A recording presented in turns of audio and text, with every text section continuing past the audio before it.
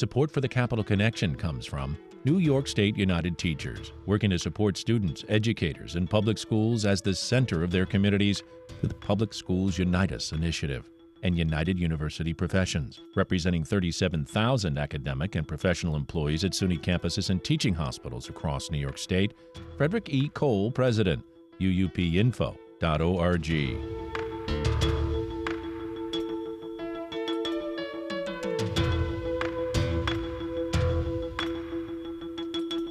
It's the Capital Connection. Hi, I'm David Gistina. Joining us this week is State Assemblymember Sarah Hannah Shrestha, Democratic Socialist, who represents the 103rd District in New York State.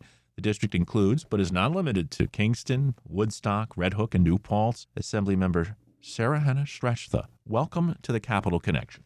Thank you. Very excited to be here. I'm so excited to have you here. I began to research and look at what you've done, not only in your legislative career so far, but where you're from. And I see that you were born and raised in Kathmandu. You have quite an interesting story to tell about how you came to this country and eventually your path leading to wanting to ultimately become a lawmaker. Can you give us a bit of an understanding of how you got to this point in your life? Sure. So for those who don't know where Nepal is, it's between Tibet and India. We're a little sandwiched, landlocked country, tiny country with a giant diversity of languages, of ethnicities. And I was born in Kathmandu to very young parents. And one of the things that informed my political formation is that we did not have democracy until I was about 8 or 9 years old. And I got to witness the successful uprising for democracy as a child. You know, one of the vivid memories I have is being stuck in a school bus because there were altercations happening outside between protesters and the police. And, you know, some of my schoolmates witnessed violent things. Some of our family friends' grandfather, you know, was one of the leaders who was basically killed for fighting for democracy. So it was not optional for me to be apolitical. You know, that was not an option. And then the other vivid memory I have is when the royal family did agree to being just ceremonial and allowing democracy in the country. There was a really, you know, inspiring parade that went outside our house. And at the forefront of that parade was this young woman who was, you know, must have been 24, 23. And she was really, really ecstatic about this new beginning for the country. And then shortly after that, we had a civil war that started that recruited a lot of extremely poor people across the country who had so far been isolated. And the premise was this new democracy was going to be a half measure for the rest, you know, for most of the country. And it turned out to be a 10-year-long civil war that was quite violent. It was, you know, primarily between the army and the civil army. Lots of people lost their lives, but it completely transformed the country. There's no return point after something like that happens. And what I saw during that time was, one, what people can be driven to do when they have been so isolated and so neglected for the longest time. A prominent feature of this time was there were many villages that had never been connected to the rest of the country because they didn't have roads. And one of the things you could see changing was there was a road being built by the Maoists using a forced labor from each family. And, you know, there were even some children working on these roads and driving across the country, because I did go to the most rural part of the country where this war started with some journalists. And one thing you could see was the transformation that was happening in parts of the country wherever the road was coming. And that was such a real visual of change happening, you know, as you're driving across the country. And you know, that's really what shaped my politics, that we cannot neglect public good. We cannot assume that we can forever isolate people. It's not avoidable. We have to bring everybody in. We had people who did not have hospitals who died on their way to hospitals because they had to wait for 3 days to get care. And this was a common story. And, this is not one country's story. Basically, all of the people all over the country want the same things. They want stable housing. They want to be healthy. They want to spend time with their family, and they want a good job. That's what everybody wants.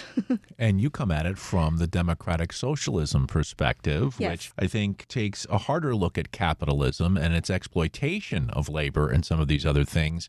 And you'd like to see a fairer balance come out of that mix. Am I accurate in describing your philosophy? Yes.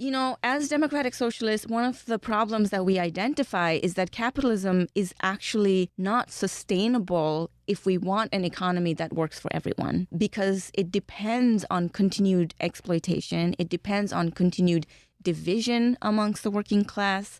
It continues because of extraction that has to happen of our planetary resources. When it cannot extract in one place, it will find another place, and that frontier of exploitation keeps moving, and it does not acknowledge the boundaries of the planet as well as of humans and our relationship with the planet and each other. So we want an economy that is not designed around profits, the infinite drive of profits. We want an economy that is designed around our collective well-being, and we want workers who keep our economy running to be able to reap the benefits of the labor they've put in, because right now they're completely sidelined, especially coming out of the pandemic. We're speaking with Assemblymember Sarah Hannah Shrestha. She's a Democratic Socialist representing the 103rd District in New York State, and you are listening to the Capital Connection. I'm David Gustina. Well, it seems like we continue this back and forth, this pendulum that swings between the I and individualism in the capitalist society Yes. to the we and the demos, the democracy part of it.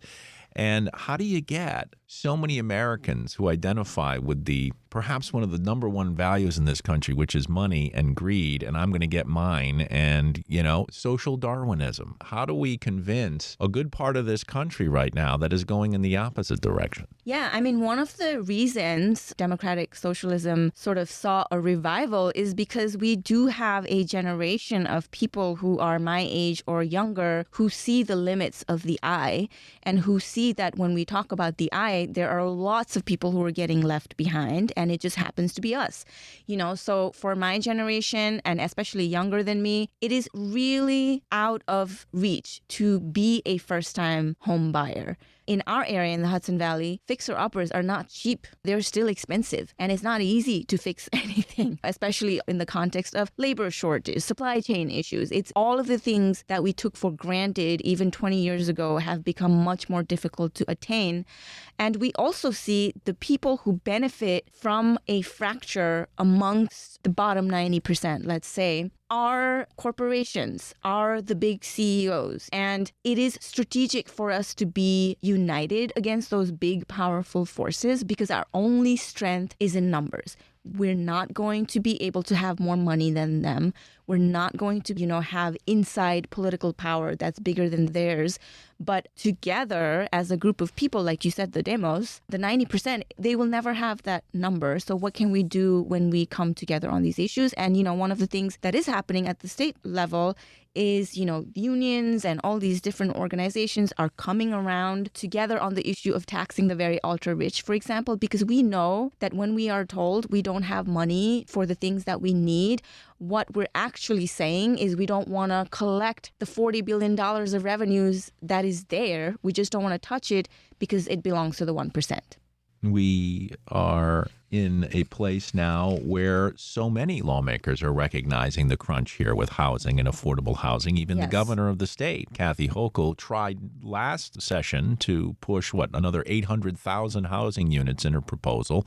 That didn't go so well because you've got local zoning issues. So how do you see this session? Do we come up with a proposal that works? Are we going to be able to help some of the folks that you're talking about in your district and elsewhere across the state with the affordability of their rent? I can remember not so long ago a candidate who ran out of New York City who ran on the campaign. The rent is too damn high, and it still is. Yes. So, what does it look like at the ground level in our district? We don't have fire volunteers because they can't afford to live there anymore.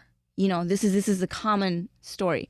We don't have children being able to live close to their parents who are now grandparents because they can't afford to live close to their parents. So there is a domino effect of displacement happening. If you lose your lease in Kingston, you're probably out of luck. You're probably going to have to, move to Newburgh. And then Newburgh is going to start feeling that pressure. Then you're going to have to go somewhere else, So the main thing that we want to push in whatever housing deal that we come up with is what are we going to do about people who need to remain housed, right? Who need to remain housed, who are on the verge of maybe losing their lease. So we're fighting for a strong version of good cause eviction because right now in housing court, a tenant does not have a line of defense. You can be a great tenant. You can be paying your rent, month after month. You could even be paying early, but that's not going to stop some of the landlords from ending your lease because either you can rent to another family that's moving with more money. They have more money to dispense. Or you can just convert it into a short-term rental. And both of these things are happening in my district and 1/3, not just in the city of Kingston, but in places like Rosendale, which are more suburban, more rural. So in the Hudson Valley, 55% of tenants are rent burdened, which means they spend more than 1/3 of their income on housing. And anecdotally, most people I've met actually are spending closer to 50% or even more than 50%. So that's a problem because that has not stopped landlords from raising the rent and using higher rent as a reason to evict these tenants. So one main thing we want to make sure is when we pass good cause eviction, we're not making it an opt-in for municipalities because the truth is even if every major city in the Hudson Valley opted in, let's say City of Kingston, let's say, Village of New Paltz, even if these major places opted in, it would still leave out about 60% of the tenants, and that's roughly 177,000 households, so it's a lot of people. But I do want to flag that we cannot take it for granted even that places like the Village of New Paltz will be able to opt in despite being very progressive, because the truth is they have not been able to pass a good cause law because the landlords there are very aggressive, and you're dealing with vulnerable village board members who are getting terrorized by some of these aggressive. And I imagine a high student renting population as well, because it's New Paltz. Yes, exactly. And then in Ulster County is one of the more progressive upstate counties. It has not been able to pass a local good cause because many people on the legislature are landlord themselves and they recuse themselves. So if we are leaving it to municipalities and local governments to opt in, it's not going to have the intended effect. So one of the main things that we are pushing for is we need this bill to have its effect. It's going to allow landlords to negotiate rent increases directly with the tenants. That's not being stopped. It's just that if they are increasing it beyond a certain level, they have to justify it in court. And how much was this an unintended consequence of the pandemic? In other words, landlords were not allowed to raise the rent. We had put rules, strict rules on that. And it seems like now that the pandemic, fingers crossed, is over, that they've gone swiftly to raise the cost of those rents to get to where they would have been before the pandemic. I actually think what we are seeing right now is just the logical continuation of looking at homes as investment properties. I think even without the pandemic, we would see this course. And that's because a lot of folks think of housing as a way to generate income, which, touches on a larger problem, which is why should that be a source of income? But in some cases, it is by need as well for seniors in my district, for example.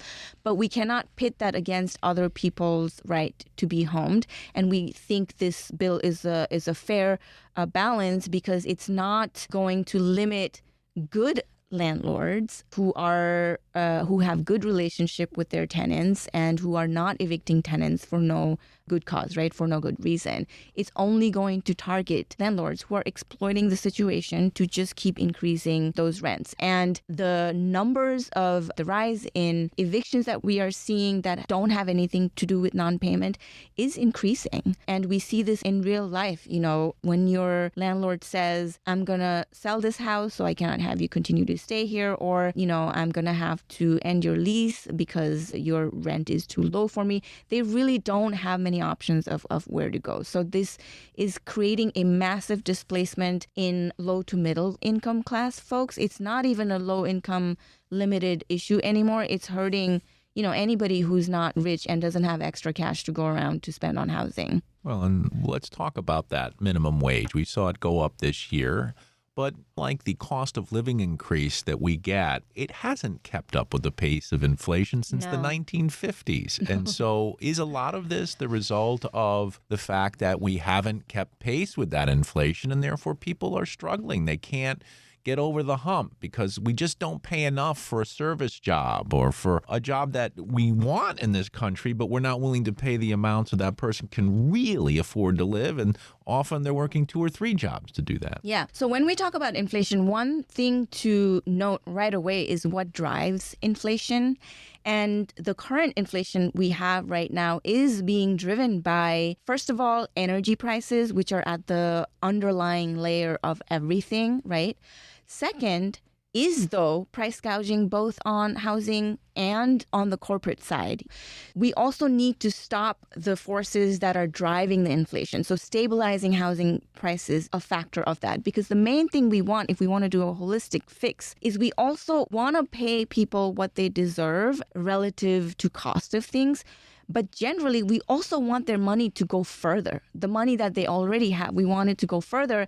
And right now, it's not going anywhere close to basic needs. The cost of living for a single parent in Ulster and Dutchess County is supposed to be closer to $40 an hour. And that is not where our minimum wage is. We are obviously also asking our upstate minimum wage to be in line with the downstate minimum wage because it's not cheap to live in upstate New York anymore. But how do we make people's income go further? We need our schools to be properly funded. A lot of the expenses are coming out of, people's property taxes that they cannot afford. We need the wealthier to take the share of funding things like schools. Let me stop you right there because this is going to be a big fight, the hold harmless. Yes. Identifying that there are some places, because the money comes out of the property tax, they're going to be more wealthy. Schools on Long Island, for example. But there are going to be other places in poor communities where there's no property tax base to fund that. And so you see where the inequity lies. We had lawsuits by the Campaign for Fiscal Equity. New York didn't follow the ruling. Then it tried to follow the ruling. Now we're looking at hold harmless, which would say, hey, there are these other districts that really need more, and you don't necessarily need to get more this year because you have enough. But I wonder if the funding of education, the formula is wrong to begin with, that we don't fund it out of the general fund and we rely on property taxes. Ideally, we don't rely on property taxes because it creates inequity in schools and because we don't want our public education to feel so desperate to provide the services that they need. And in terms of stabilizing prices, really, people's income should not go primarily to just surviving. Somebody recently on Twitter said the expression cost of living is a strange expression because there's a cost attached to living. We don't want people to be ideally paying more than 25% of their income towards housing. We don't want people to be paying so much towards healthcare and still not get comprehensive coverage in return. And we don't want all of the basic needs to be out of reach for people. We need to invest in public education and good union jobs because those are opportunities for people. We need to invest in treatment. We need to make treatments more accessible because people need a system in which they can stabilize and really, fulfill their actual potential. Right now, we are stunting people's potentials by putting them in dire situations. We're speaking with Assemblymember Sarah Hannah Shrestha, a Democratic Socialist who represents the 103rd District in New York State. Yeah, education, healthcare, the climate, so that we can survive and mitigate the problems that we're experiencing right now with the storms and the flooding. The idea that if you were a CEO, we'll take a business model for a second, you would think and we haven't done this in many cases, you would value the worker the most. Because if they were well educated and you kept them healthy with good health insurance, right, and you made sure that all the infrastructure around them was safe, boy, you might have a more efficient organization and it might even be more successful. But it seems like we go the other way, that the human being isn't valued as much as, the profits that are going to be made, for example, for the shareholders that in this country are become more valued than the human being on the lower level. Yeah, I mean, I think overall workers are seen as dispensable. And if they are kept feeling quite desperate, the assumption is the workers need the job more than the job needs workers. But, we see this playing out very dangerously, especially in the field of care workers, whether it's hospital workers or home care workers or direct service providers. These are the folks that are really, really stretched, experiencing burnout. We don't have adequate staffing in our hospitals, people who need home care. But it's a very twisted logic to have an economy that deprioritizes people who do the most essential work, which is providing care. That has always been undermined, underpaid, but no robot is going to provide the kind of care that a nurse does when maybe the nurse holds your hand when you're going through something. And, we see the intersection of everything. Speaking about people's money going further, I spoke to a few hospital workers recently, and what are the things that they deal with? Housing costs, childcare issues. It's all the same. And then I recently heard of somebody in my district saying that they have direct service providers who've had to sleep in their car. So people who need to do the work also don't have the housing and the stability that they need to be able to do the work. So why would they continue to do this demanding, stressful work when they can just take another retail job and that's going to pay the same, and they will go home less mentally taxed and exhausted, So it's all about prioritizing well-being and investing in those priorities. Do you find, because you came to this country, in 2019 you became a citizen, is that right? Yeah, but I came to the country in 2001. Okay, 2001. Yeah. And immediately, I don't know if it was after 9/11, before 9/11. It was 1 week before 9/11. Wow. So you come here after seeing what happened in your country, you see that. Since then, we've seen January 6th. We've seen a move away from truth-telling in many cases and a need by the media to call out lies. And, as someone who came from a country that had a democratic struggle, you must be keenly aware of what we're going through right now. What's your perspective on the state of democracy in the United States? So here's the thing about democracy. It is an ancient idea, and it is our best idea. It's not perfect, but we're not going to be able to do better than democracy. The thing about democracy is that we will never get what everybody wants, but it is a site of struggle. It is a space of push and pull where our side of protecting the majority of people has to do constant work. It is sort of like cultivating democracy. And that means we don't just ask people to vote. We make them understand what is their power, what is their role in our political process. I run into a lot of people who want nothing to do with the political process, and that's a red flag for democracy, because then erupts in situations like January 6th, where it can be instantly threatened and undermined in this chaos of suspicions and lies. When you have people who don't know what to believe and who don't know who to trust, that is a very dangerous situation for democracy. And that's another reason to bring people together, is because when people are cynical and tired, it's also our democracy that's getting tired. So the health of our democracy depends on people believing in the process. Faith in our institutions. Yes. And we seem to have lost faith in our politics, in law enforcement, in education, in our healthcare system, all the things that you and I were just talking about. Yeah. You can't have a society if you lose faith in your institutions. So when you look at this democracy, you see how fragile it is. And as we move toward this coming presidential election, I think you're right. It's hard to motivate people, though, when they've lost faith in something. And it'll be interesting to see in this presidential year how many turn out and how many sit on their hands. Yeah, and then the other thing is the average person is not keeping track of what benefit they're seeing from the local government versus the state government versus the federal government. They just need to feel their life improving, because if they feel that they have not been taken care of, they feel like, what's the point? And I've run into many of these folks. So that's really the responsibility we have in Albany. We have a state legislature with a Democratic supermajority, and we have the resources. And, many of our local governments don't have the resources to significantly improve people's lives. So lots of people are depending on the New York State legislature to not only deliver, but to lead by example what can be done. We cannot be falling behind Minnesota with their slim majority in terms of what people need to see in order to regain that faith in their democracy and their institutions. All right, I have to play devil's advocate because I can hear the more conservative listeners, the Republicans, yelling at the radios, how are we going to pay for all this? It's bad enough. There's, what are they calling it? Out-migration to other states. We can't continue to give the people who have nothing more because, my goodness, people will leave the state. So New York has 17,500 new millionaires. The people who are leaving in a higher number than the normal trend are households that were making $280,000 or less. So it's the people who cannot afford to live in New York that are leaving, especially Black and brown families. And then the data is out now on whether rich people moved out of New York State because of tax reform. And we see that, in fact, people have moved to other high tax states. And sometimes they've moved to second homes but have never left New York. The truth is that rich people don't make their decisions on saving pennies. They have enough money to live wherever they want and pay how much ever they want. Otherwise, they would not be spending $1,000 per champagne bottle. They left during the pandemic because New York was scary and people did not want to be in a big city. A lot of New York City folks fled, and a lot of them Many of them fled upstate. Exactly. A lot of them actually tried to flee into our district. The housing demand was insane. I read an article where the brokers said that they had fatigue from people reaching out, with aggressive proposals to buy homes without seeing them, buying them with cash. And pricing out the neighbors that are already living there as a result. Yes, exactly.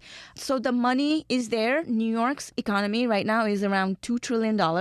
And the fact is, the economy has grown at a higher pace than our budget has. So you can actually see that as a cut. If the budget is not growing in pace with an economy, that's a cut. So I think there are easy ways to stress people out in terms of the revenues we might be losing with rich people leaving. But the revenues we are actually losing are the ones we are not collecting from the people who are already in the state, the very rich. She is Assemblymember Sarah Hanna Shrestha, a Democratic socialist who represents the 103rd District in New York State. Sarah Hanna, I can't thank you enough for joining us on the Capital Connection, and I hope to talk to you again in the future. Thank you so much.